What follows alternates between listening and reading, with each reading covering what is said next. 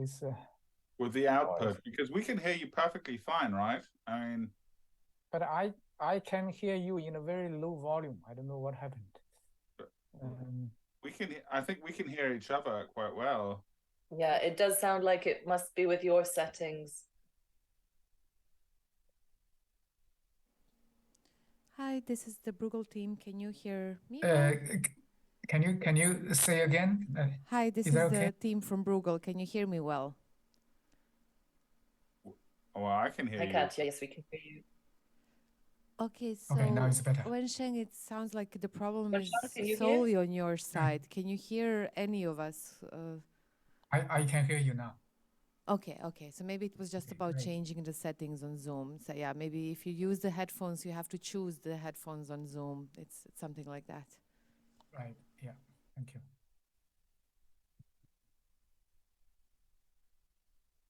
Brave new world.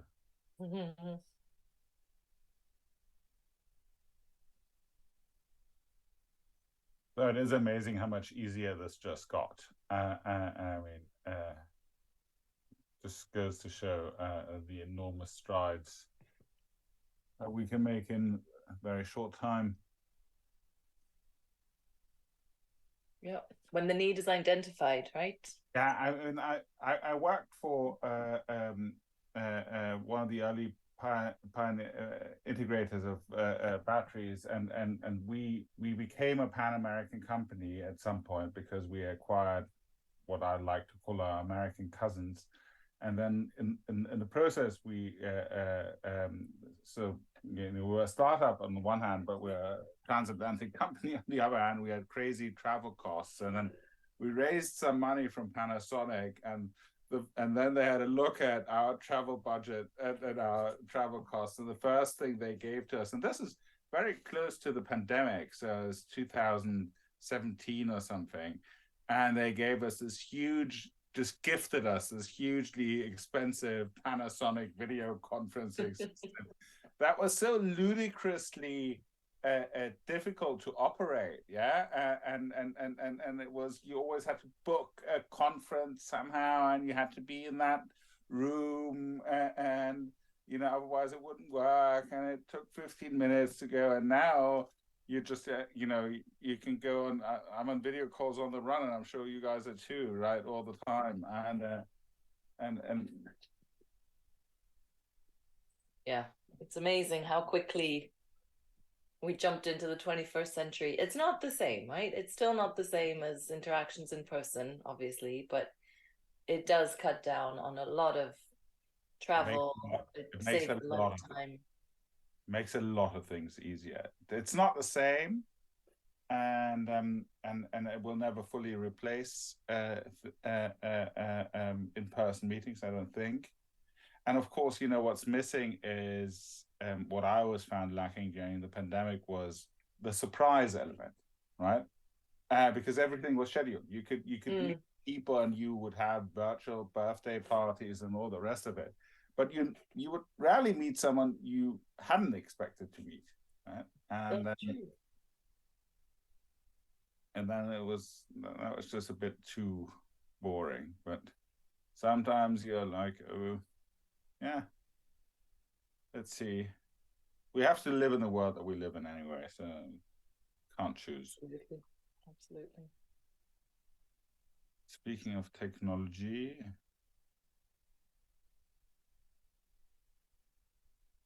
and having these hybrid meetings is quite challenging.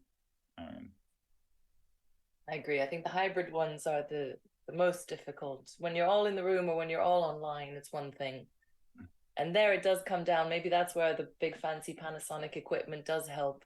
If you can have the swerving cameras and the good microphones. But actually, yeah, but you don't need the 10,000 euro Panasonic equipment nowadays. We just have. I use for my within the Green Party, we started using these meeting owls, and they're really amazing. They cost about 1,000 euros each, and they are a combined video camera speaker set, and they really focus on the person that's speaking, and actually also makes little windows. If you have several people that not necessarily are speaking at the same time, but we're speaking in short order of each other, and so that's really amazing. And that's not terribly expensive. I mean, that's completely doable. And for really €1,000, you can nowadays have pretty decent video equipment. And then if you have 2 of them or 3 of them or 4 of them and you couple them, then you can do hybrid meetings quite well. Interesting. But you still need discipline in the room. That's a big problem. You do. And the flip side of that is that you don't get the kind of conversation, that spontaneous interjection, that is harder to have when you're trying to manage it. But as you say, we live in the world we live in.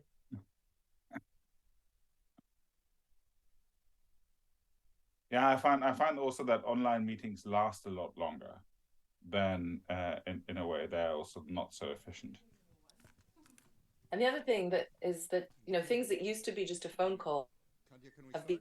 We can start. Great. Okay. Welcome everyone a Zoom or Teams meeting. To this event on how to de-risk dependence on China while decarbonizing. Note the careful choices of words here. De-risk dependence. I'm Jeremy Zettelmeier. I'm the director of Bruegel. I'm joined here by my colleagues Heather Graby, Alicia Garcia Herrero, and Simone Tagliapietra. The choreography for this event will be that I will be, in a sense, chairing the first part, which is the presentation by Alicia and Heather, and then Simone will take over for part 2 for the panel discussion, because unlike me, he actually knows something about the topic. And for this reason, I will also keep my opening remarks really short, essentially to make one point. So I think it is uncontroversial at this point that we, and you can fill in who we is, the European Union, Europe, the advanced countries, will need to change or at least adapt our economic model to pay more attention to economic security concerns, right?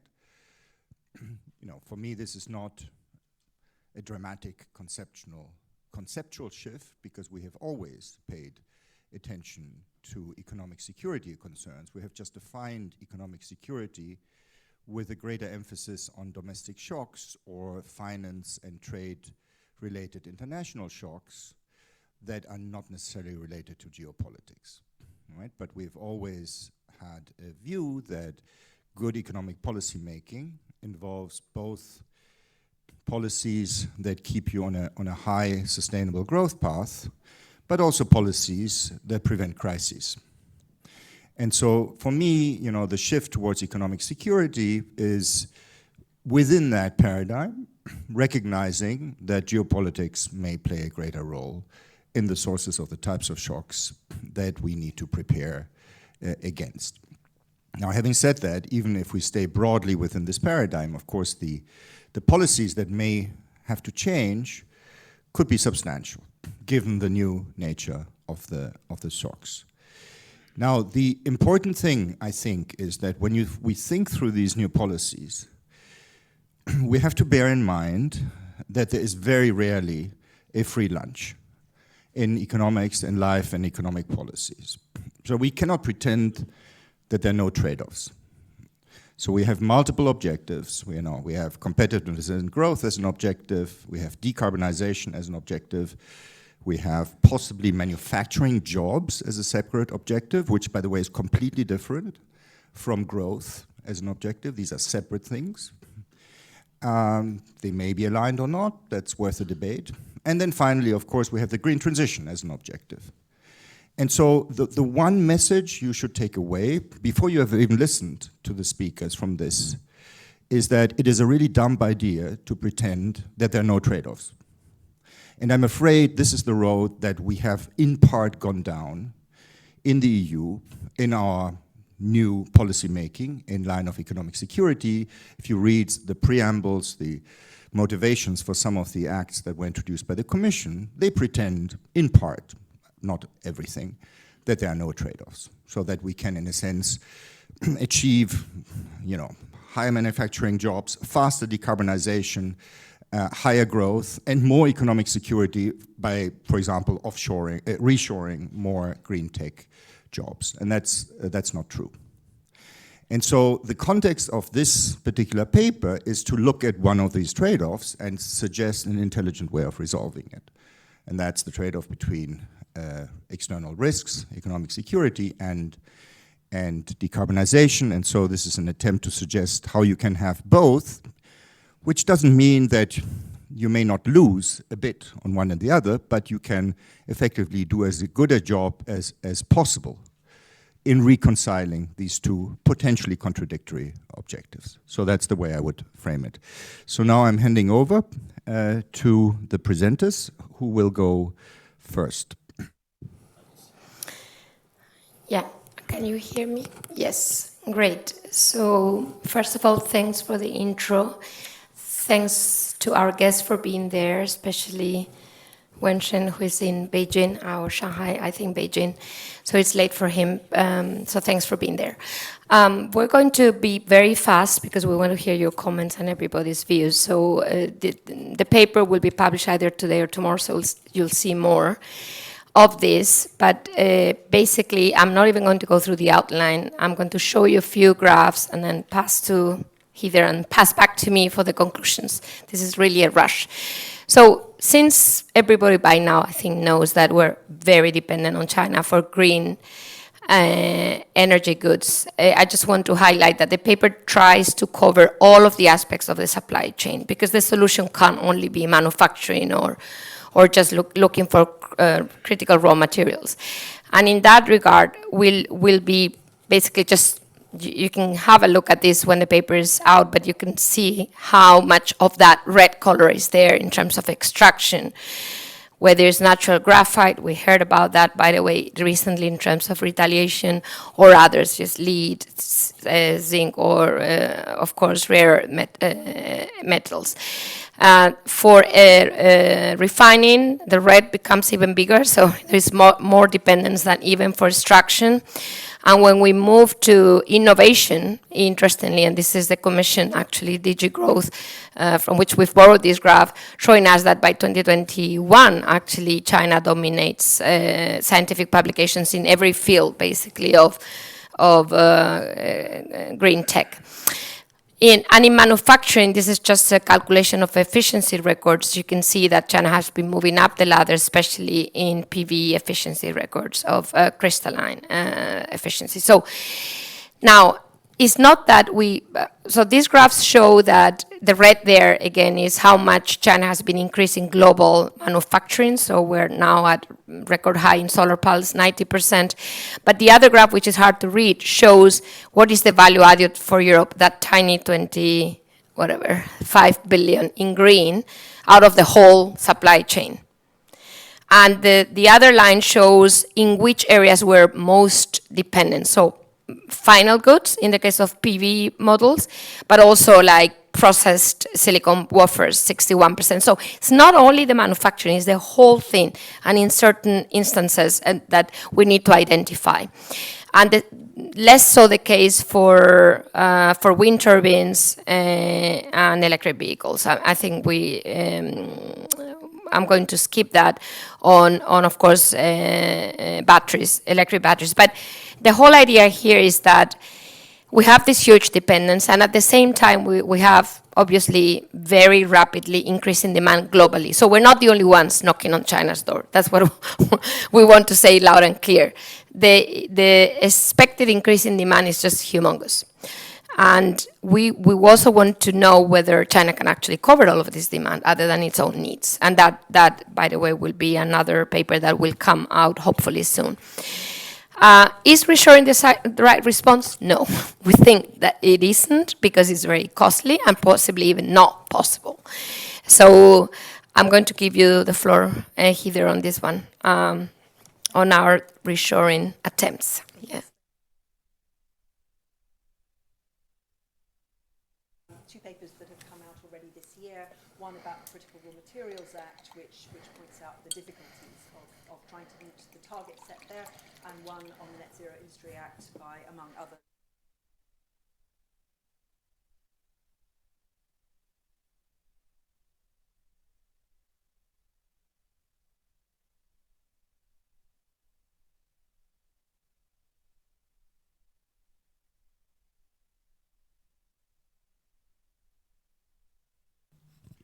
You may need to repeat this.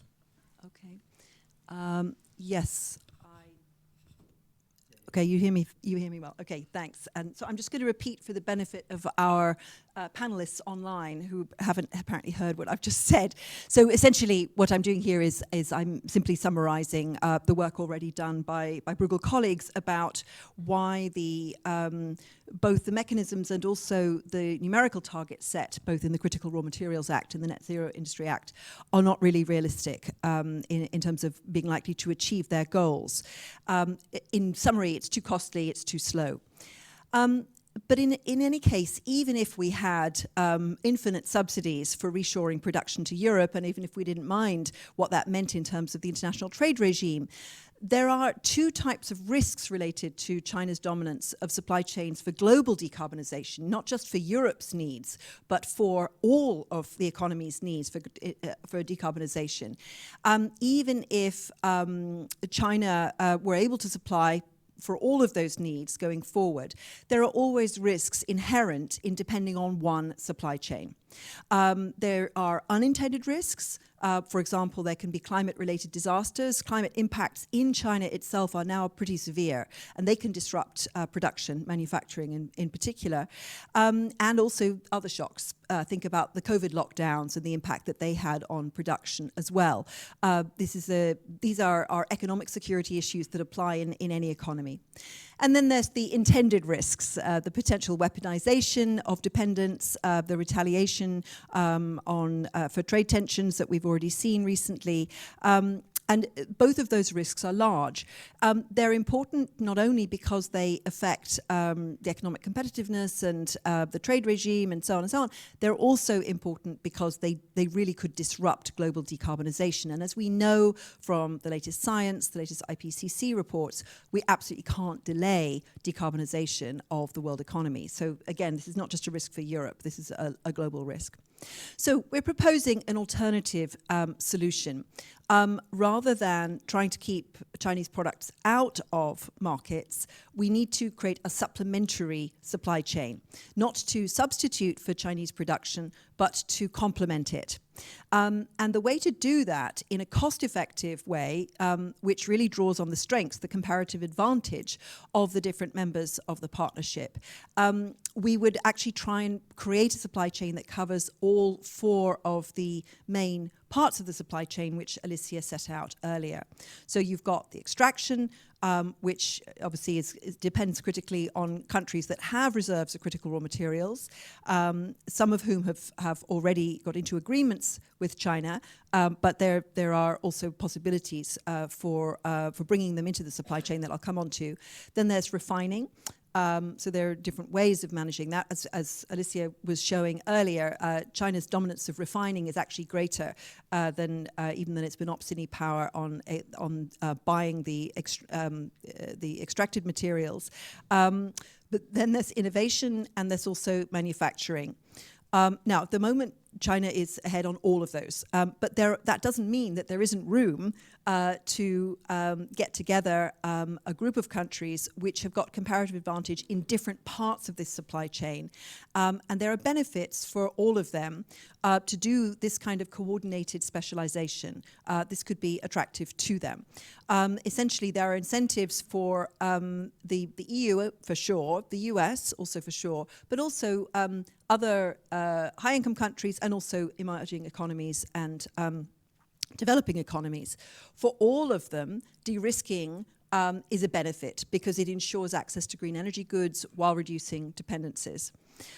for all of them. It also has an important risk, function of reducing risk of path dependence on particular technologies. So we've seen a fair amount of technological substitution on certain technologies, but there are others which are really still very dependent on particular raw materials which could come into short supply.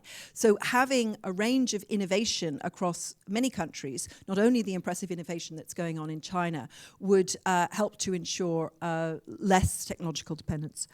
For the countries that have abundant critical raw materials, they are currently, China is in a monopoly position relative to them. So it would give them alternative buyers for their raw materials. And for those which have, for example, like India, that has large economies of scale for manufacturing, there are opportunities within the partnership to do tech transfer and also to gain access to raw materials, which they don't necessarily have at the moment. So this is a way of trying to align the incentives for production as well as for moving rapidly on decarbonisation. So what about China itself? Back to you, Alicia. Thank you. So we don't have time, so I'm going to jump on this very quickly. Yeah. Yes. Okay. Thank you. Thank you very much. My boss said so. I'm going to follow. Yes. Thank you. So actually, because a key question here is this good or bad for China? At first sight, one could say, oh, I mean, you're trying to put China aside and create this little thing on your own, but that's actually not what we mean here. In fact, we like very much the idea of talking about a supplementary supply chain, not a substitute. First, because the demand is huge. And second, because China's demand is huge. So what we're trying to show here, and I want to hear from Wenchen his own views, because we find it very hard for China to actually manage to, looking at every other country's experience in Asia, to peak in 2030 at the current rate of installation. And that's not really the case for net zero. I think 2060 is very much supported by depopulation in China. So the key issue is the next, say, 8 years or maybe 10 years, if I may. And I think that's where there's going to be a rush for this green tech. And so having an alternative supply chain, whether we can do it in such a short time, I'm sure Simone would have a say on that. But I think it's just actually good for everybody, because there's going to be probably too much demand of and I know for some we are already in overcapacity, but I actually think that part of that is because of the delays in installation. So the question is, are we not helping in a way achieve those targets, both for China, and as I'm going to show you in a minute, and this is, sorry, the slides are not clear here. I mean, there's a lot to do in terms of how much coal you need to take out of that energy basket. And most importantly, if you look at that graph, it might not be very visible to you. What we're showing here is that the violet color is how much of that green tech China exports today, which is 2/3. As opposed to 1/3 of domestic installed capacity out of the production. So can China actually do both? Can it keep installing capacity to achieve those decarbonisation targets, especially the most immediate one, and at the same time feed the world, as I would put it, yeah, in basically providing 90% of solar panels for Europe and the rest of the world? Can China do that? And we've estimated a little bit of the capex needed to do that. Axel might be there already. He's in the US hour calls, or he might have woken up. I'm not sure he's there. He's trying very hard to work on these numbers. And, they look pretty high in terms of the capex you're needed.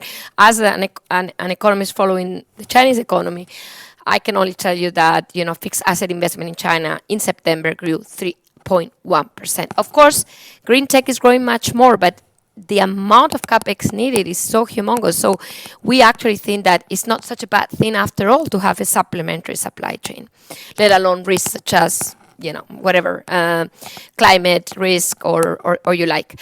So the argument here is a supplementary supply chain might not be, after all, such a bad thing even for China. And instruments, and I end here, well, this is tricky because it sounds like a good idea, but how to implement it? And the easiest part is what we've been doing, trade deals or investment deals with, somehow it seems, yeah. So embarking others through any trade or investment arrangement. Here, the only thing I'm trying to tell you is that not only China can produce cheaply. There's lots of other countries. So Southeast Asia is nearly as efficient in producing solar panels as China. So it's not that it is impossible. The question is, do they have the funding? Do they have the tech transfer needed? But other than that, or do they have the raw materials needed? Because, as you said, India is an example of one but not the other.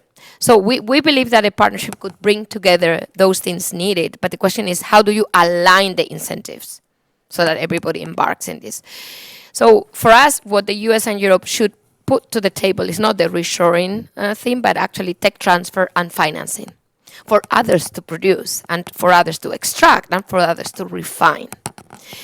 And those others, and Heather covered that already, should have an incentive. Yeah, if you're a raw material producer, I mean, you'd better have two buyers rather than a buyer, let alone one that may allow you to both refine and manufacture. So you move up in the value chain. So can you do that just by mere tech transfer and finance, or do you need subsidies? Do you need carbon pricing? Well, as Europeans would rather obviously have carbon pricing, but the question is, would everybody agree on that? And that's a key, of course, policy issue that goes beyond what we could do in this policy brief, but I think it's, of course, a major issue, and we're done with it.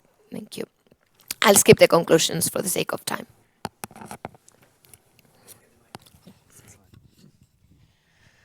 Well, thank you. And I would say let's move to our external speakers to comment on this proposal by Alicia, Heather, and Axel, but also, of course, to provide their own views on this issue overall.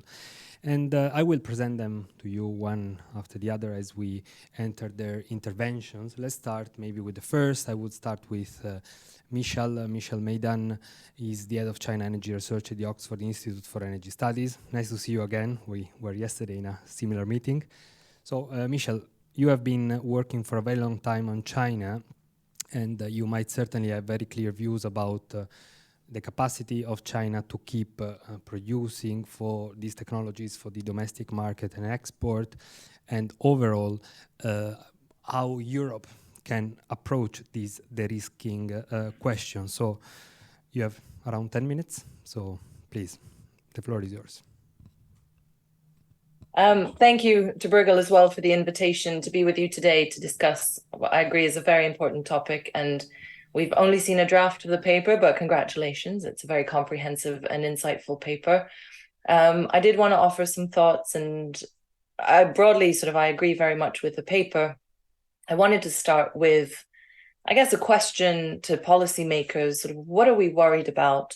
And what Dr. Zettelmeier started off by saying, the trade-offs between the different policy goals. And both Alicia and Heather talked about the background, right? The post-COVID and the Russian invasion of Ukraine that have really highlighted the issue of supply chain diversification and resilience, and the need to obviously talk about outages and their implications for energy trade war. We know the geopolitical tensions between, let's call it for simplicity, the West and China arising. I think it's a bit more complicated than that, but geopolitical tensions arising. But importantly, an energy transition that must be accelerated, and it requires more of everything. Again, this was very aptly presented. There's a commercial and industrial opportunity for many, of course, but a threat to incumbents if they don't innovate and keep up with manufacturing and reduce costs. But again, as we know, as things currently stand, we don't have enough, and you name your material or good, right? Lithium, copper, cobalt, rare earths, tin, batteries, magnets, all of it. Obviously, there's a question of how much recycling, how much innovation, and what that will mean for end demand. But similarly, as has been outlined, we know that China is central, and I agree, to some of the extraction, but mostly to the processing, and increasingly to intermediate goods and end products. We know that China has the lowest cost production for a host of reasons. strong state support, but also low input costs. And let's not understate or underestimate the innovative capacity that exists in China. I think for many years, especially Western EV producers assumed that China wouldn't catch up and wouldn't present a competitive threat. That is obviously not the case. So I think the first question to policymakers, and again, the paper unpacks this, is what are we worried about and in which order? Right? We have climate policy and we need rapid decarbonisation in a cost-effective manner. And we also need to support decarbonisation in other countries. Then there's obviously industrial policy. And I hear a lot about who is winning, or are we winning the clean tech race? And to be fair, that just infuriates me from the climate perspective. We need, and this has been highlighted, everything. But of course, from an industrial policy perspective, there is a need to support domestic industries. And then there's the de-risking or hedging against China. And again, I think the paper does a good job of unpacking some of those risks. We need to, and governments need to think through political risk, policy risk, economic coercion, a potential war with Taiwan. Those are different risk buckets and we address them differently. And as things stand, the trade-offs, these are mutually contradictory, right? The trade-offs have to be discussed, and I'm very glad that Mr. Zettelmeier said this in the introduction. I'm not convinced that government policies in the EU and the ES and in the US are clear on the priority and clear on the trade-offs and the unintended consequences. That brings me to the second point, which in all of this, we haven't discussed energy security.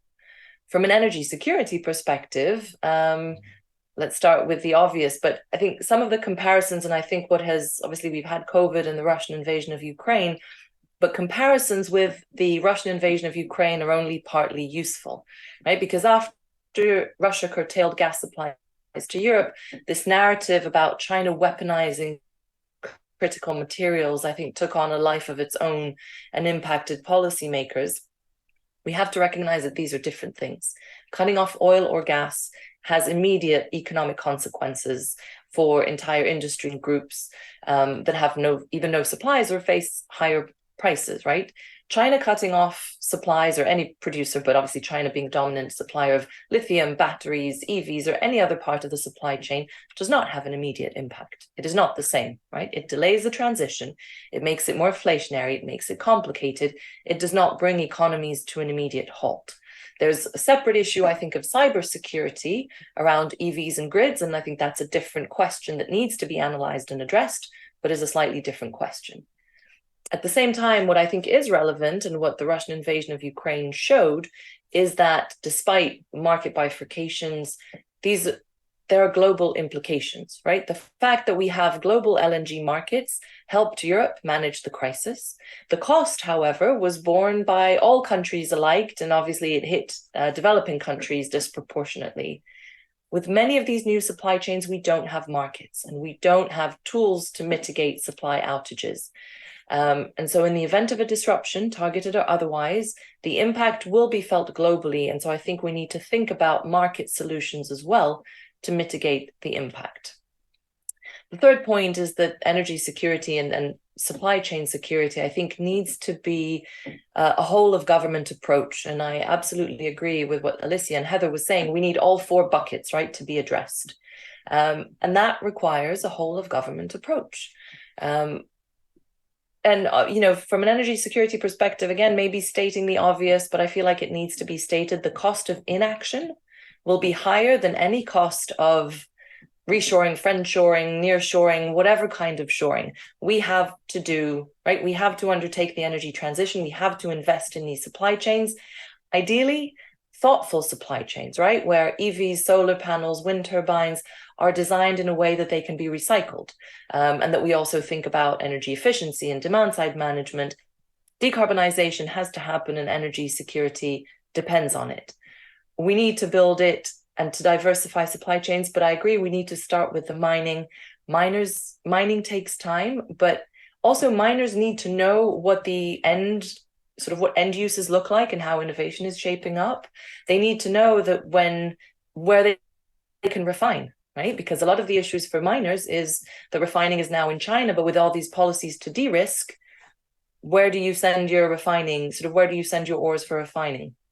And I think there's a whole lot of thinking that has to happen about foreign policy, foreign aid, because that will help unlock some of the mining and I think the beneficiation and the refining that is linked to it. So again, I think we need a whole of government approach. We need a fact-based and clear understanding of the priorities, of the trade-offs that involve also industry and technology in the conversation. It's obviously no easy feat, but investors need to make decisions. And right now, ESG constraints or ESG and de-risking are constraints rather than opportunities. And the final point that I'll make is that de-risking or decoupling sort of has a life of its own. It started off as decoupling, and now it's a nicer term to say de-risking. But I think for China, from where China sits, it's the same thing. De-risking or decoupling is a way to try and sort of get rid of China or do things without China. Obviously, Chinese companies and the government have agency and work around these trends.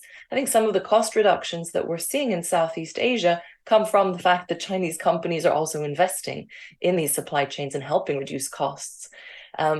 So I think excluding China from supply chains would be a huge mistake.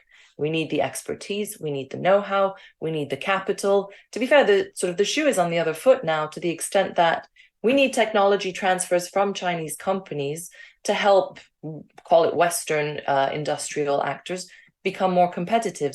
Now, this doesn't mean that we use this, economic interdependence means that there are no risks and it's all good.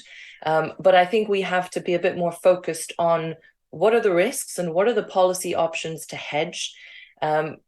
Once we've determined what is the biggest policy priority and what are the trade-offs with others, is it stockpiling on some of the dual use materials or components? It could be supporting one industry amongst these industries where there are comparative advantages. And again, we can learn from China, where with its subsidy programs, it supported both production, both supplies and demand of EVs, of solar panels. So countries can focus on a supply chain, but do it arguably sort of from start to finish. So, I mean, I completely subscribe to this notion of green tech clubs and identifying the strengths. I think China needs to be a part of that process, a part of setting standards, a part of identifying, helping create these new supply chains. And then we sort of hedge, I guess, more surgically where the biggest risks are identified. I'll stop there and leave it to the others. Michelle, I think you really made a set of very important points here, and we will certainly follow up on them in the conversation that will follow this. And by the way, let me remind our audience online that it is possible already to send your questions via Slido using the code #TheRisk. I would move to Weisheng Peng. Weisheng Peng is the head of research department and executive dean of CICC in China, in Beijing. I think the two of us met a few weeks ago in Beijing in a conference that I think was entitled The Green Transition at the Time of Deglobalization, which also tells a bit about the Chinese perspective that Michelle was hinting at the end of her intervention. A Chinese perspective that, from what I understood, also in Beijing, basically sees the EU and the US trying to hamper the Chinese economies of scale achieved in this sector. And I think this economies of scale issue is a relevant one. And of course, also a very bullish perspective on the fact that China moves from being the factory of the world to being an innovation hub, namely in these technologies. So, Weisheng, why don't you shed us light on the Chinese perspective on this European debate? Thank you for being there, because having your perspective today is very important. Thank you for inviting me. First of all, congratulations to Alicia for her paper. I think the paper highlighted some key issues for global green transition. Because I have only 10 minutes, I have urged to present what we have produced recently at CGI. Looking at the kind of supply side of the green transition, and we highlight the importance of the economies of scale coming from China and contributing to global green transition. We started with a concept of so-called green premium. To promote green transition, what we need to do is either to increase fossil energy cost or decrease clean energy cost, or we do both, right? Now, for both, we need government intervention because we have, in economics, we have these so-called externalities. And a good example is carbon pricing and government support or subsidies to technology advancement or investment in new energy sector from the government. Now, these are kind of two approaches. At the risk of overly simplifying the situation, we highlight, that if we look back to the past 20 years, probably the EU has been working more on the demand side, try to use carbon pricing to increase the fossil fuel cost, whereas China is mainly working on the supply side to use government intervention, not in terms of carbon pricing, but in terms of subsidies to innovation and investment in the new energy sector to promote the increase of the supply of the new energies. Now, the US probably is somewhere in between. But more recently, we are seeing signs that both the US and the EU are moving towards the supply side. For example, the Inflation Reduction Act in the US. And the EU, I forgot the name, but there was seemingly a recent initiative similar to the US Inflation Reduction Act, but on a smaller scale. Now, the question is, if we compare these two approaches, what's the result? Here we compare, one is carbon pricing. If we look at the ratio of China's carbon price to that in the EU, we have seen quite a sharp downward trend. So basically, EU's carbon price has been rising relative to that of China continuously. So if we only look at the demand side, we should say that EU should have a bigger progress than China in terms of new energy capacity. But if we look at the ratio of China's installed new energy capacity compared to the EU, China has a rising trend. 10 years ago, China's new energy capacity was about 60% of the EU. Now we are more than 120% of the EU. So what I mean is that working on the supply side, it doesn't seem to give a result where China has been lagging behind. Actually, China is moving very fast in terms of the increase of new energy capacity. And if we look at the green premium, the cost for solar PV and onshore wind power actually is now lower than the coal-fired power tariff in China. So not only in terms of volume of new energy capacity, in terms of pricing, actually China has also been making a lot of progress. So now the question is, what is the reason for China's progress or success? Many people attribute this to China's subsidies, government support to investment, etc.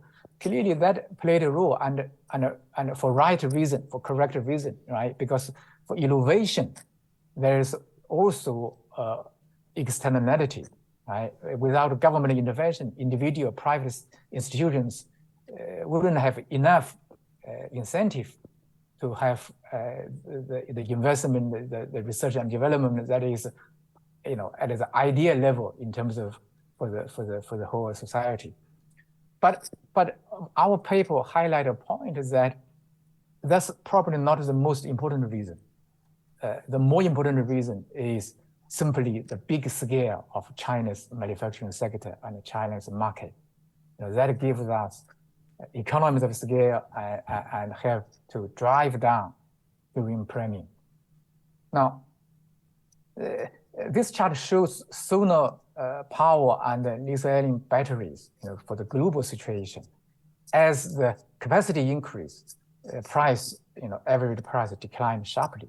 So that clearly shows kind of economy of scale similar to that is shown by manufacturing industry.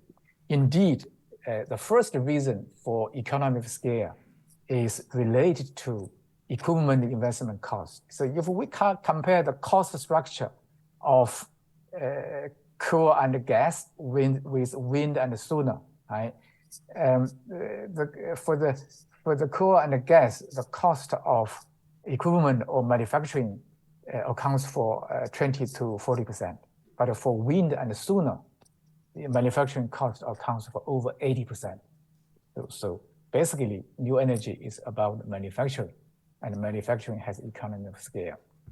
Not only manufacturing, if we look at the research and development, here we compare the listed companies in China's market, by two sectors. One is the new energy equipment manufacturing sector, the other is the coal mining sector. It shows that research and development investment as a proportion of operating income is much higher in the new energy sector than the old energy sector. And the number of patent applications is also much higher. So R&D actually also has this important feature of economy of scale. If you have a big scale, you are in a better position to share the cost of R&D. New energy also depend importantly on infrastructure, like the UHV, right? The ultra high voltage transmission line. The cost of investment is much higher than the traditional transmission lines. And the infrastructure is a public service. The bigger scale, the more people use the infrastructure, the lower cost. Right? Not only that, digital economy, we know digital economy has a big economies of scale.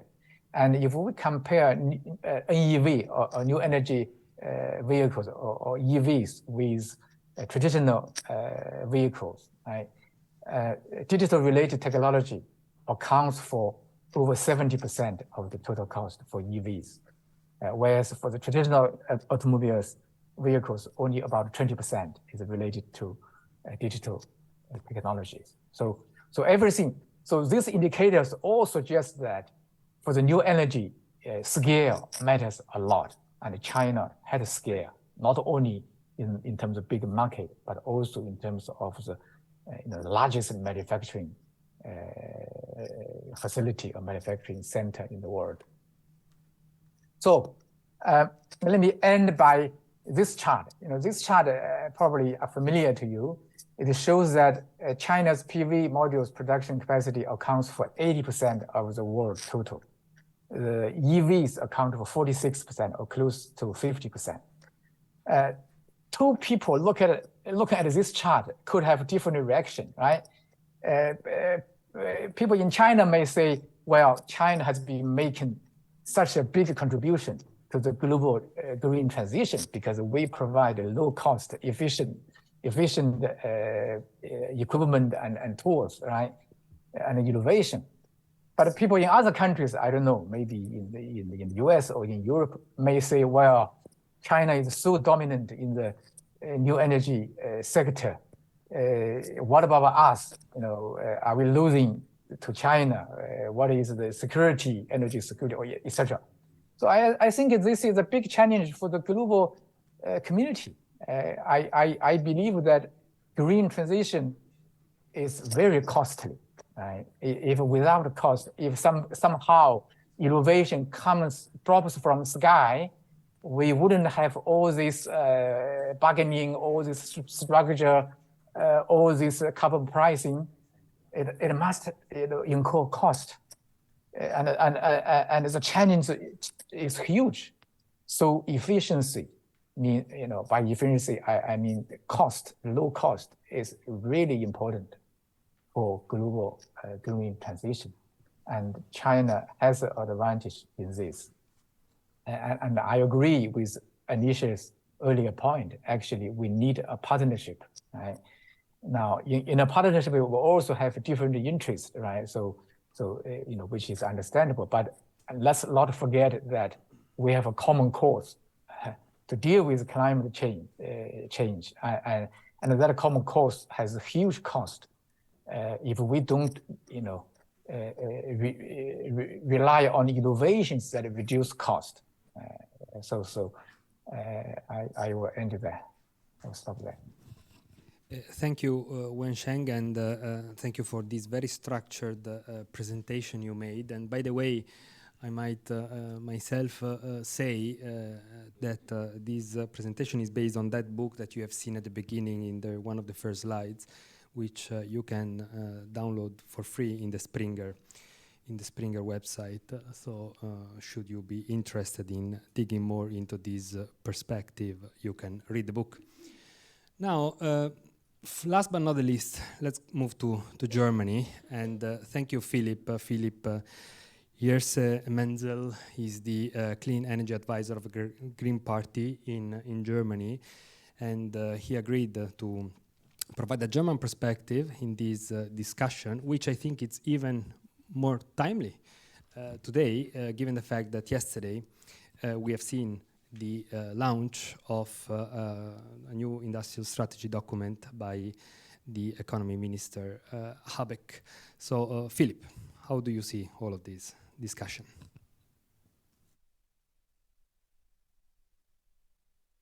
I should unmute myself so that you can hear me.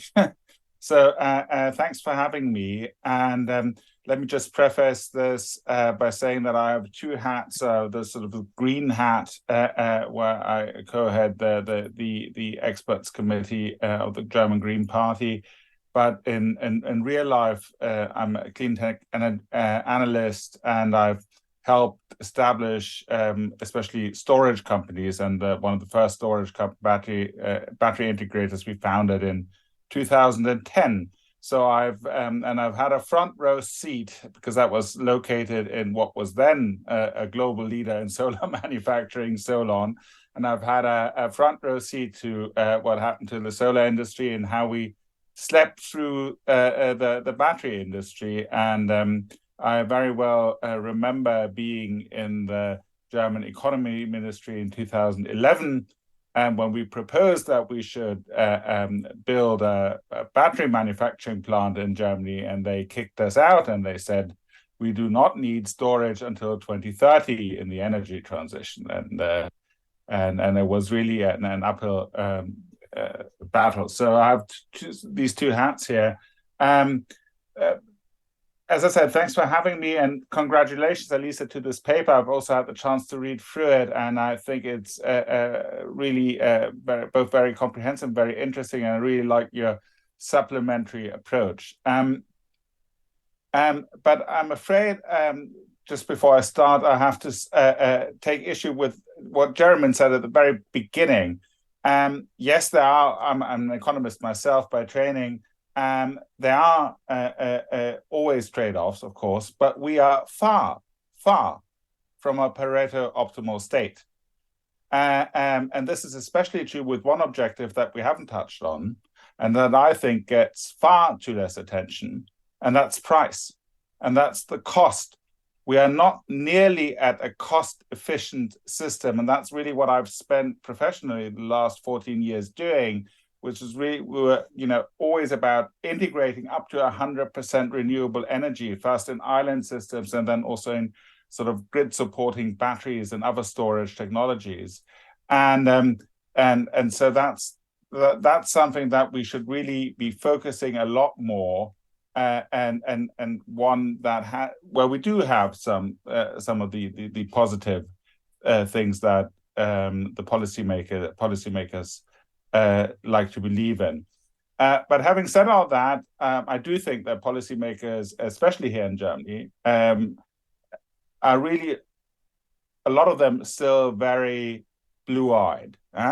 The situation is a lot worse than it is. And when Sheng kindly showed us the share of EVs and what the share in China there is, and obviously that's the core of German manufacturing. This is what Germany is all about. It's the car industry, and many people here haven't understood how quickly that is transitioning, and how really this S curve, and how we're really going into this exponential part of the S curve that's now taking off, and how we're really falling behind that. If you listen to our transport minister, then he believes that e-fuels are the answer to save the German car industry. He seriously believes that, and that because we can't compete on batteries, and I think that is a very concerning thing to do.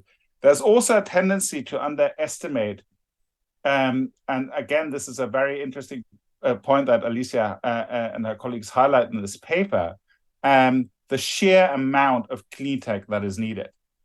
As I said, I've dealt with island systems for a while, and once you start looking at an island, and at the end of the day, Europe is an island, and at the end of the day, the world is an island, right? Eventually, if you go to 100%, you end up being an island.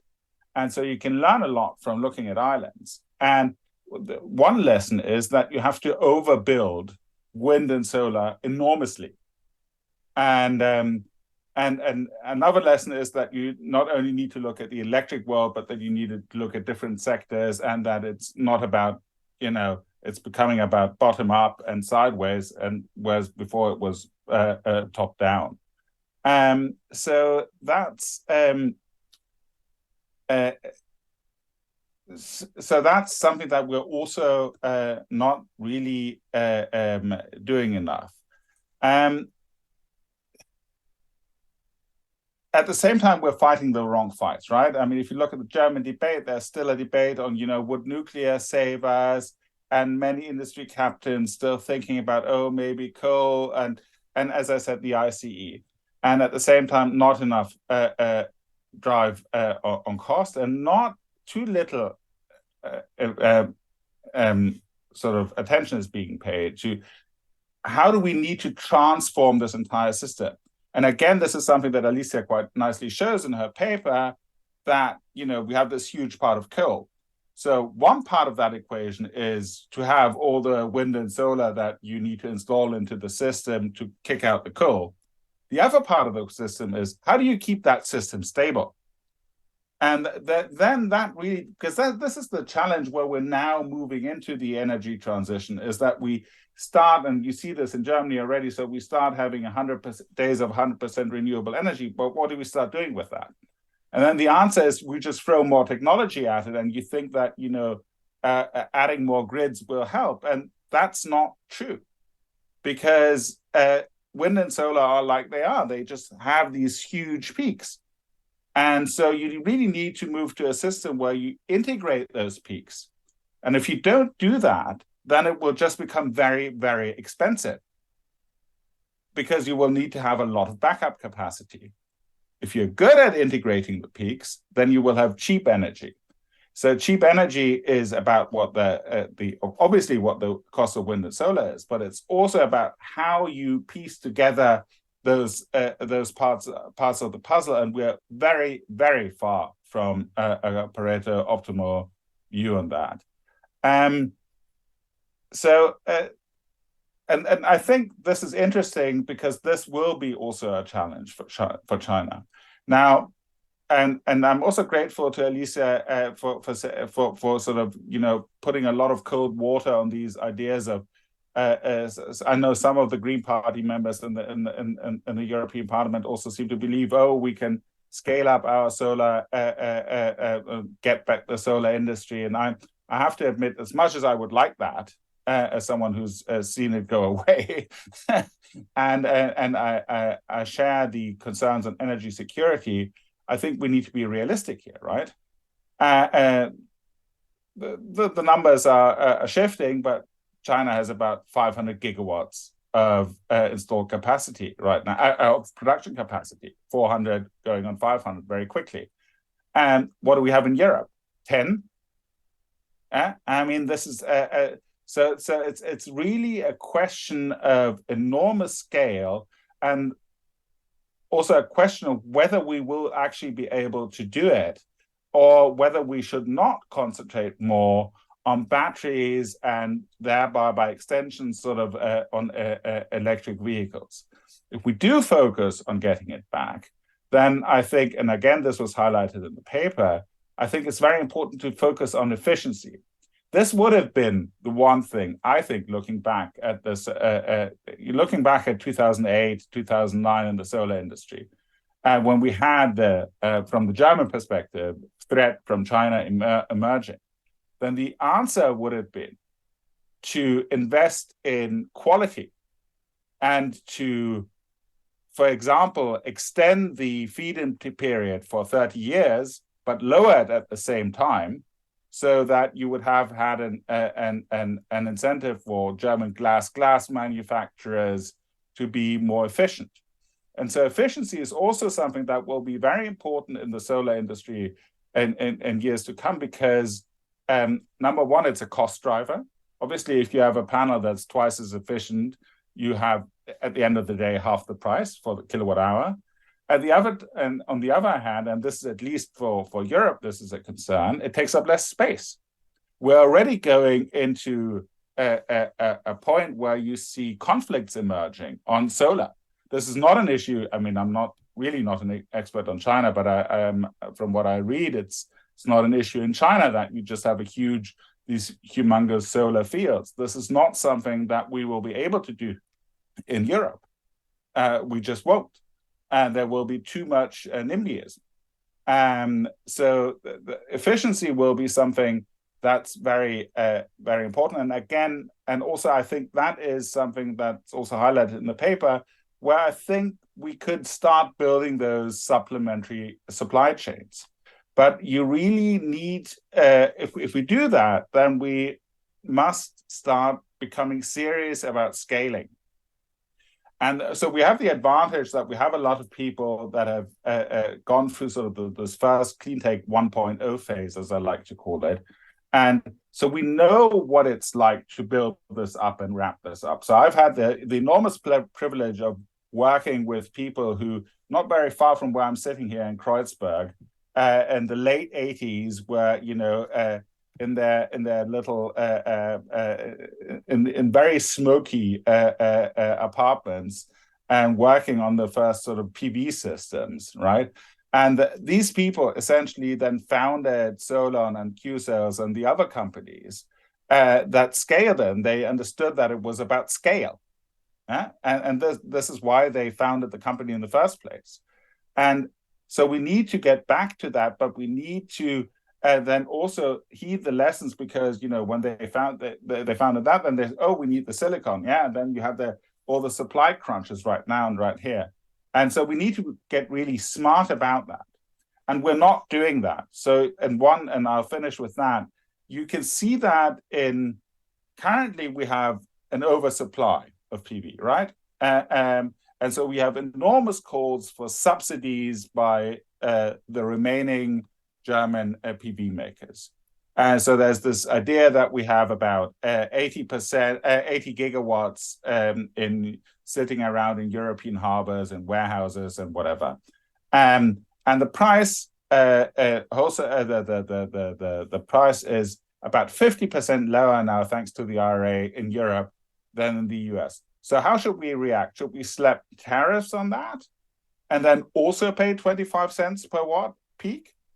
Or should we take the 15, 12 cents per watt peak and say, hey, it's great, we can finance the energy transition for modules priced at 12 cents. And Alicia showed that the real cost is 25 cents. So we're going through this pick cycle, but we need to be smart about going through these pick cycles because there will be a lot of them going forward. And we're only really at the beginning. But I'm not, but that will really demand a lot from policymakers. And it will demand one thing above all, that we really look forward, that we look at where do we stand here and how does it pan out in the future, and not look back and take the prism from the past, because then we're just bound to make the same mistakes. So we really need to understand where we are on that path of transition towards 100% renewables, because that has a huge impact. Thank you very much. To Philip, and among other things, also thank you for mentioning the stockpiling issue, which is something that Michelle also mentioned in her intervention. Together with Cecilia Terasi and Ben McWilliams, we are looking into this issue at Bruegel and understanding how the stockpiling issue can be part of our resilience strategy, because we might actually have half of that, and that 80 gigawatt seems to be overestimated. We see 45 gigawatt as being more realistic, but we do have 9 months of our deployment needs basically in Rotterdam, and how to use this as a buffer for the short term, at least as we move forward. It's certainly an interesting question. Just to also say how resilience strategies can really be wide and can have different instruments, not necessarily only the reshoring that many tend to focus on. Now, having said that, I think we have a good half an hour to have our conversation together. We already have a number of questions on Slido, and again, for everyone online, the risk is the magic code to be used in Slido to put your question up there. Of course, we will also have questions here in the room, questions that can be addressed both to Heather and Alicia, but also, of course, to our online guest. So let me maybe turn to the room and ask if there is any question to them. So anyone that wants to break the ice, or we seize the online? Okay, several. So maybe here on the first line and then back on the third. We can group 2 questions per time, maybe. If you can just identify yourself, that would be great. Thank you so much. Thank you very much, Philippe Dupontet, European Commission, DG Taxid. A question on the partnerships, and in particular in relation to the incentives for engaging more countries in these partnerships. It seems to me that whether it's extraction or refining, what we have seen is rather Chinese companies replacing European or US industries, rather than having no offer coming from US or EU companies. So my question is simple, is how do you create, from your point of view, the necessary leverage to bring these countries back into doing business again with European and American companies when they decided to shift based on different terms of reference and go doing business with Chinese companies instead? Thank you. Very clear. Thank you very much. We can go to the gentleman. Thank you. Jakub Groszkowski, PGE. I would like to slightly expand the scope of this discussion, and I would like to raise a question of Chinese capital in the EU and investments in renewables. We had some discussion, especially in Sweden, regarding the nuclear state-owned Chinese company investing massively in wind power sector. To what extent, in your opinion, we should be concerned about it? Thank you. Great question. Maybe we can go to Mark here in front. Thank you. Mark van Heukelen, former EU official.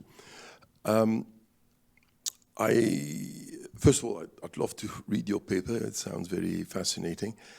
Obviously, the idea of a partnership is all nice and well, but it will take time to establish that, and we don't have time. This decade is going to be crucial for the green transition, and before you know it, you are 2030 still negotiating your partnerships. We have seen that with the climate club of the G7. Lots of talk so far, nothing coming out. So my question is, to what extent can we not rely simply on the market? I think Alicia was right in pointing out that if China is serious about peaking well before 2030, the investments in China will be colossal. That is going to drive up the price for a number of things, extracted materials, also refined materials. To what extent is that not going to then lead others to step up their supply, such that the de-risking will be in a way a natural side effect of China having to do its homework? So that is one question I had. I think Michel is absolutely right that we need to prioritize. You know, 4 big components and then partnerships for each of them.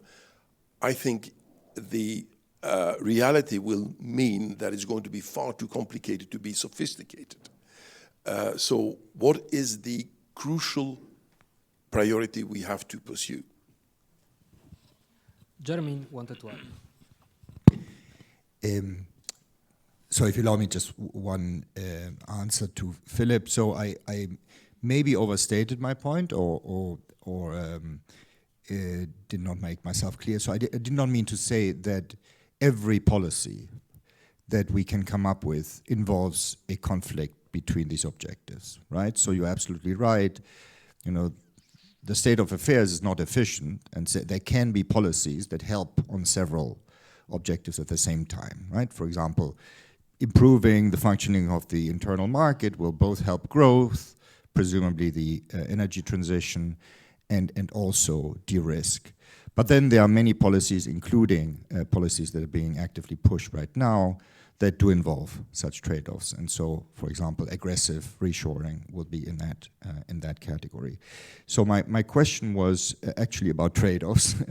So effectively, the model, so I'm picking up on something that you also mentioned in your question, Ambassador. So the model that you have in mind is one where the energy demand is so enormous, including in China, that we are going to get into the convex part of the cost curve.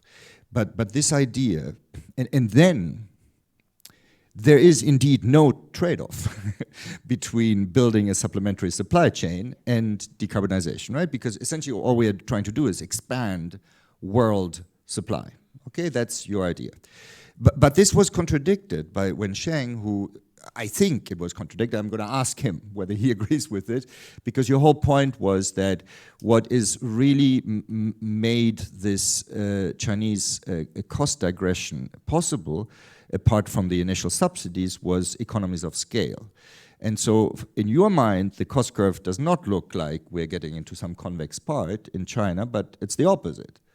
We are still in a scale economy regime. So basically my question to Wensheng is, do you agree with this idea that energy demand, including in China, is going to be so enormous that actually economies of scale are in some sense swamped by fixed factors, you know, labor, land, kicking in even in China, so we have to move this to somewhere else in the world? Thank you. So we will give the opportunity to Wensheng to answer this question by Jeremy afterwards. Alicia and Heather, I think you receive a good group of questions, so if you want to go. No, I just want to, because, you know, the thing is, I don't have enough memory to remember all of the interesting things I heard. So, and, you know, this is human beings. I'm thinking about exactly the last thing I heard, which is economies of scale versus, and I'm thinking the following, but I want to hear Wensheng. I'm sure he knows more, but I'm just thinking, because we're working, Axel might be somewhere in, you know, listening to us. We're indeed working on this very interesting issue of, can China do it all? Because that's the question. I mean, if economies of scale are of such relevance, and I do believe they're important, then the only constraint is, okay, can China provide, I mean, can China ensure the needed economies of scale so that we are actually decarbonizing at the lowest cost possible? And I think two things there, which in my view, Philip already mentioned somehow. First of all, we might not be needing exactly the same thing, yeah, because efficiency, space, I mean, the type of innovation needed might not be the same. So that's one thing we need to, I think, take into account, which is related to our point of tech path dependence, that maybe, you know, the way China is in a way innovating might be great for China, for those economies of scale, but might not necessarily be great for other parts of the world. And that's one. And the second is that CapEx is, sorry to say, I mean, you just have to look at the sector in China. It's Chinese CapEx. It's not global CapEx. Yeah, and actually I would say maybe, you know, the very low cost of production in Southeast Asia is also Chinese CapEx. But imagine that in a way it's true that we don't have the space limit, meaning that as long as it's Chinese CapEx going somewhere where the costs are low, we can still produce the same economies of scale. Let's assume that's the case. Is there enough CapEx? And, you know, the very simple calculations, and I don't want to throw any numbers because they're not, you know, kind of reviewed, but there's two things here. Can China adjust its CapEx elsewhere in other sectors to accommodate this need? This is the other question, to still provide 2/3 of its solar panels to the rest of the world while still installing enough for those targets. Can China do it? And it's very hard to answer this question. I mean, I'm certainly not in a position to do so, but it's not only about the economies of scale, it's the ability, whether physical, and say, imagine that's not there, because, but even CapEx-wise, these companies, because, you know, China has other objectives. I mean, China has other things to do, as it happens when you look at the CapEx structure of the Chinese economy that they need to deal with to keep growth going. I mean, there's sectors there that need that CapEx not to survive in the current circumstances. So I guess maybe I end by saying, can we all, given that, you know, as much as we've looked into these numbers, I don't have an answer, can we all rely on that blindly? This is financing constraint, objective, also, you know, like objective constraints. Is this China's first and foremost objective, to still feed the world with solar panels and itself? I don't have an answer for that. So, you know, from our perspective, I think it's a lot of ifs that we're accumulating here beyond economies of scale that we need to look into, and that's all. So thanks. I'm just going to pick up a couple of points because there's so many good ones, and it would be great also to hear our external speakers on a number of these questions. Coming, first of all, I think, Mark, you put your finger on something very important about prioritizing. It's not just prioritizing policy goals, it's also where are the comparative advantages in the different parts of the supply chain, and what should Europe think about focusing on. So what we've done here, and indeed Simona and colleagues have looked at, is that the idea that Europe should invest in trying to increase its comparative advantage in manufacturing doesn't really make sense. There are reasons why the US would want to do that, to create political constituencies in particular areas in order to maintain the support for climate action even under a different presidency. So there's a political economy argument. That doesn't really quite work in Europe because we can't coordinate that at the federal level of the US. We don't have that equivalent, but also because the costs our costs are high in Europe. But where we have historically underinvested, and where China is well ahead, which is good for the world. I mean, this is far from being a China-bashing project. It's very good for the world that China has invested so much in the innovation and also in the very sophisticated manufacturing techniques, which are very driven by big data. Right? This is overall a global public good. So we're not making an argument about the relative competitiveness of different clean tech industries as being the chief priority. In terms of the trade-off, it's much more important that we have more diversity, both of sites of supply, so geographical diversity, and more technological diversity. So that leads to the conclusion that what Europe should really invest in terms of a comparative advantage is innovation, because that brings three different benefits in terms of contribution. One is it gives us more to offer partners. So at the moment, we're talking a lot about offering climate finance and also through various development policies. But if we were able to come also with the tech transfer And of course, this does involve very much the private sector as well. It enhances it, gives it something more. Secondly, it's really important to avoid the technological dependence, because at the moment, there's every incentive for Chinese producers to not necessarily to innovate away from critical raw materials, which they have a unique access to. So monopsony itself can create technological dependence because, if you've got access to all of the lithium, say, for example, or all of the cobalt, you're going to want to continue producing on that basis. Whereas producers elsewhere in the world might want to innovate in order to move away from those particular minerals and to use others. So think about with batteries, instead of using lithium, there's a question of sodium, there's phosphorus, there are various other things. If you think about the silver that's used in solar panels, can you start making solar panels based on something else? And that's how you could set up a supplementary supply chain based also on a different technology. So it's another reason for Europe to invest in that. And finally, the absolutely vital question of the private sector. In the end, it's companies that are going to do this. It's not governments that are going to do the mining, the extraction, or the manufacturing. So it's setting up the right incentive structure for companies. And your point, Mark, about it would take a very long time to set up a new system of international governance. We're beyond that point, and it's very hard. It takes too long. It's too difficult in this moment of we're well past peak multilateralism. But setting some clear goals that incentivize investment by the private sector and which encourages the right kinds of public-private partnerships, which are really well supported by EU external action as well as by internal innovation, that's how you try and align the incentives. So that just to give you a bit of a sense of where we're heading. And we are receiving quite a few questions on Slido, basically concerning the current initiatives that we already have in this space. As we speak, we have the Global Gateway Forum ongoing nearby. So the European Union is already trying to build partnerships.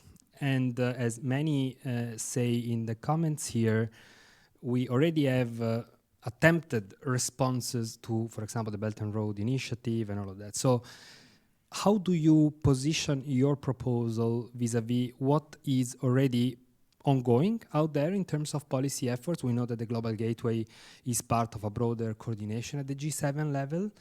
For example, the other example being the PGII in the United States.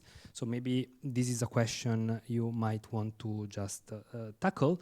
And another point that was made and was not answered concerns the fact about how do we treat ownership and location. That is something I might also call Michelle in, if I may, because I know she has views on that as well. We have been discussing. I think it's very important to also have a reflection about, okay, how do we treat Chinese investments in Europe in electric cars, battery manufacturing, etc. Is this good or bad from our resilience perspective? It's good for jobs, it's good for growth in Europe. What about resilience? Is it good or bad? So maybe that's another question that we might want to discuss, and on this specific point I might ask Michelle to come in. So do you want already to tackle the current initiatives and how this fits? Sorry. Well, we haven't done a comprehensive survey of them, and there's a lot of literature on many different ways. Just to kind of summarize, you've got the G7 type climate club, which is a group of countries who have decided, because of the kind of the economic positioning that they have, to work together on a climate club. And we've seen that with the German presidency, the Japanese presidency. The problem with using that is that these are not going to be low-cost manufacturers. And neither do they have access to the critical raw materials. So from the point of view of economic leadership, it makes sense for the G7 to set out some priorities. You've got European countries there, you've got the US, you've got Japan, therefore, and Canada. There's incentive alignment among them, but they're not actually going to be able to do it. So, and then you've got the critical minerals clubs of various kinds, many of which are essentially bilateral deals. And the danger with that is, especially when it's EU member states doing bilateral deals that essentially undercut the EU as a whole, that you simply drive up prices without increasing supply. And you don't tackle the technological diversification problem as well. What you're doing there is you're trying to set up a critical minerals club that maintains dependence on those particular minerals. I mean, this is a difficult balancing act because it's not like you want to say, oh, well, we've got to just substitute cobalt and that will solve the problem. But essentially what you've got is a series of approaches which they're each of them addressing different trade-offs. What we're trying to do is to have a more comprehensive approach that looks at, okay, the global public good is making as many decarbonisation goods available at the lowest cost to every country, no matter where they come from. This is a quite different way of thinking from economic policies, even during the globalisation era, which was still basically about rivalry in terms of competitiveness. And it was all about driving the cost down by moving to the lowest cost location and having market forces determine that. And then we didn't care too much about what that location was or whether the goods were actually available. We assumed that price setting mechanisms would take care of all of that. Now we're having to address the externalities of those kinds of policies because we can't risk disrupting decarbonisation. The ultimate public good is everything everywhere all at once in terms of decarbonisation. So to do that, there will be inefficiencies in the supply chains, but that's what we need for the resilience. Now, the question is how high, what kind of price we're prepared to pay for those inefficiencies and who bears that cost. But the EU is in a better position to try and manage that than many others because we can have an open public debate, because we have international aid and financing mechanisms. This is something that the EU is perhaps in a better position to manage in terms of leadership. There you go. I think we should let them say something. Yeah, exactly. Yeah. So, Wensheng, I think you had a question from Jeremy in Okay. Wensheng. Yeah. Maybe I make 3 points. The first point, I'm not an expert on climate change. Right? I'm an economist by training. As an economist, I'm more optimistic than some of the earlier comments on the cost of green transition. The fundamental argument is what I presented earlier. New energy is about manufacturing, and manufacturing has, economy of scale. The human being, we as a human race, our living standard has increased so much after industrial revolution. In the earlier agricultural economy, why in the earlier period, living standard was so low, they stagnated for many years. It's because in the old days, in the agricultural sector, we didn't have economy of scale, right? So manufacturing, I believe that we will be continuing to see positive surprises on efficiency, on cost reduction in new energy, both production, transmission, and application. So as an economist, that's the first point I want to make. Second point is that, every country has limited resources. No country can produce everything for the whole world, right? So this concern about China being dominant in one sector, I think is, in my view, is misguided. US and Europe has been dominant in actually many sectors. For example, we import all the airlines, right, from Boeing, from Airbus, right? Should we be worried about European and the US dominance in the airline sector? There is a natural limit, right? Because if any country you have a limited number of people, even though in China we have so many people, but still it's limited, right? We have limited resources in many other aspects. So every country should find their competitive position, because of the endowments, because of development stage, or because of size, right? So I'm less concerned on that front. That's my second point.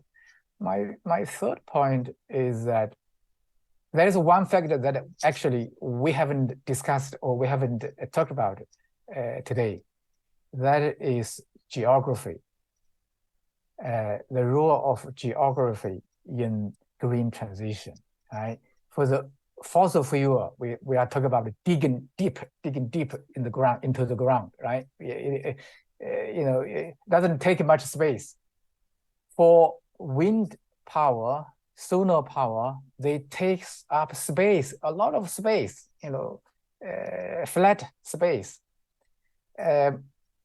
We saw the number that some estimation shows that currently the whole energy production takes up 0.4% of land space in the world. If we change that to solar power, it will take up 2.6% of world land space. If we shift that to the wind power or onshore wind power, it will take up 80.6% of land space. Now, that's a key factor that I believe, or I think that we haven't paid enough attention, both from policy and from market and from society. So that has huge implication for energy supply stability, security, and the efficiency as a result, right? I don't know enough about the geography in Europe. China, we have a lot of unused land. China is a big country, but most people live in the east part of the country. On the west part, we have a big amount of unused land. So that also is a competitive force that is offered by China. So innovation, production, manufacturing coming from China with our natural endowment of space, it will also help to reduce the cost of new energy manufacturing for the whole world. So I will stop there. Michel, for the other question on the ownership and location, and then we can finally turn to Philippe and maybe to Alicia for a final word. So Michel, the floor is yours. Very quickly, I wanted to make a few points. I think that China's ability to peak by 2030 is not so much about the hardware, about how much renewables it installs. China's already on track to exceeding its 1,200 gigawatt of installed capacity, the 2030 target, by 2025. The availability of renewables is there, and I think will be there.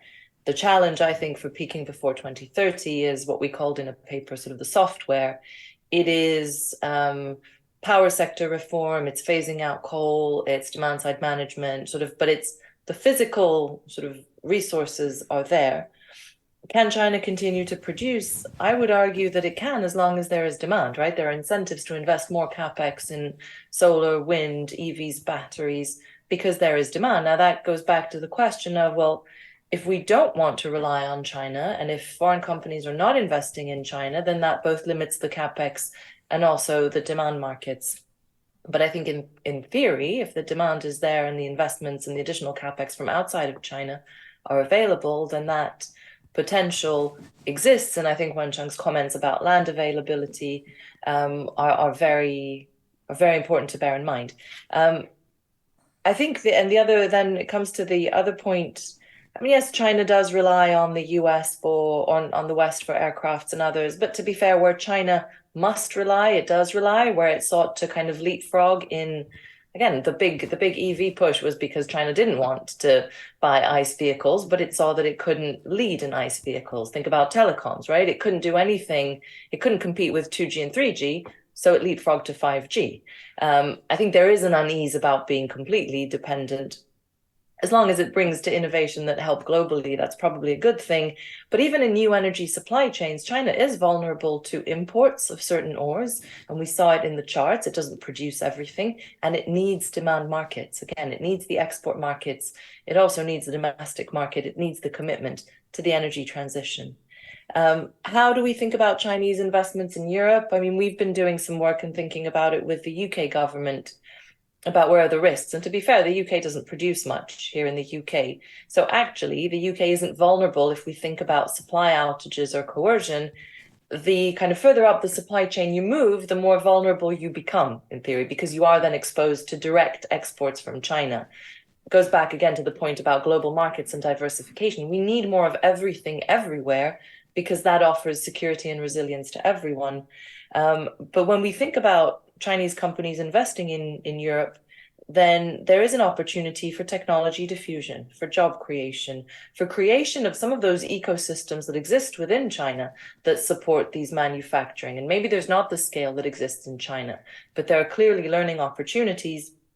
We had, and it might actually provide some form of resilience. There was a case, this was probably a few months back, where there were limited supplies of, I think it was graphite. And so Sweden didn't get the graphite it needed, but, and I can't remember if it was Hungary or Poland, did, because there is a Chinese company located in those companies. So I do think that in a world of tight markets for all of these ores and supplies, where China is dominant, then Chinese companies get to decide who gets sort of what first and under which conditions. And that is something, to me, that is kind of the biggest issue that policymakers should think about.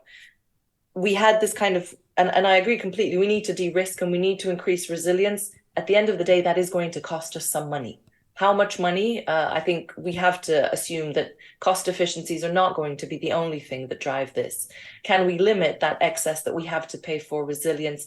But it goes back to my first comment, and markets can do a lot, but markets need to be framed, and they need to be framed by governments. And at the end of the day, it is the government that has to send the signal of what is the priority, and again, what is the risk. We are talking about these things, and implicitly or explicitly, the idea is to move away and de-risk from China. That is not going to help a rapid and cost-effective energy transition. That's very clear. Thank you so much. 1 minute to Philip, and then 1 minute to Alicia, and we wrap it up. Philip. So I'll try to be really, really rapid. So, I mean, I would take issue also with Wencheng saying, I mean, I don't want Europe to become an open air museum. Yes, and we could probably live by exporting luxuries and being the nice place that we are to visit, but I would like some industrial sort of resilience. I would just make one point on the new technology, because I've been involved in that for a very, very long time. And I would really like to focus and open everybody's minds to the idea that it's not just going to be solar panels and wind power and batteries, because there will be electrolyzers, there will be thermal storage, which is completely overlooked, and there are a lot of other technologies.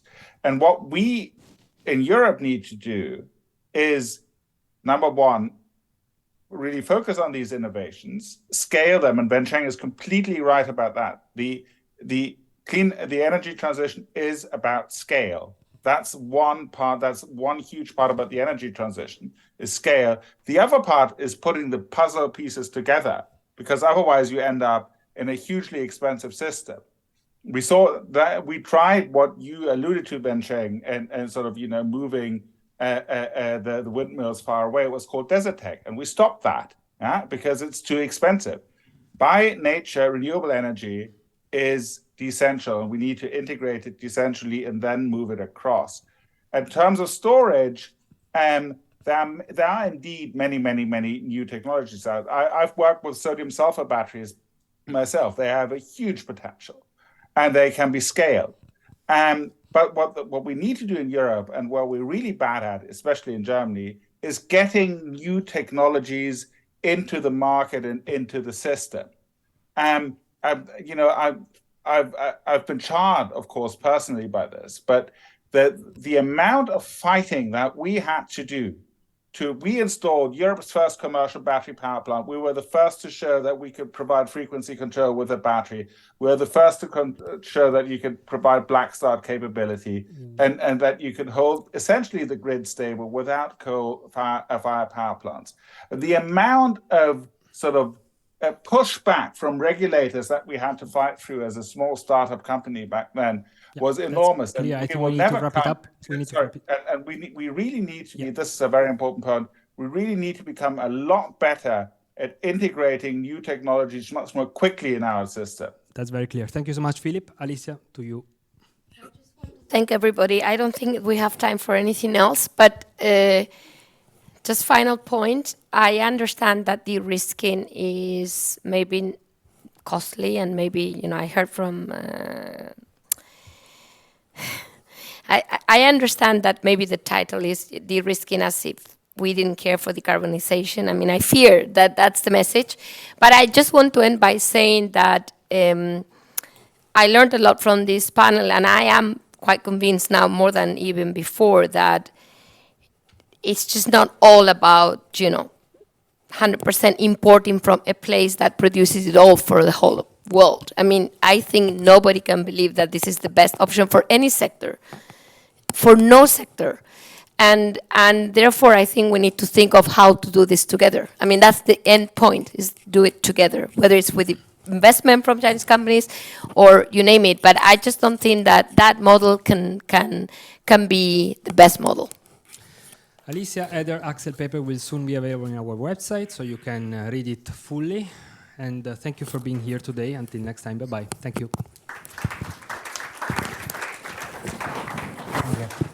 Thank you. It was nice. It was very interesting talking to you, Wencheng and Michael. Thank you, Philip. It was Very nice meeting.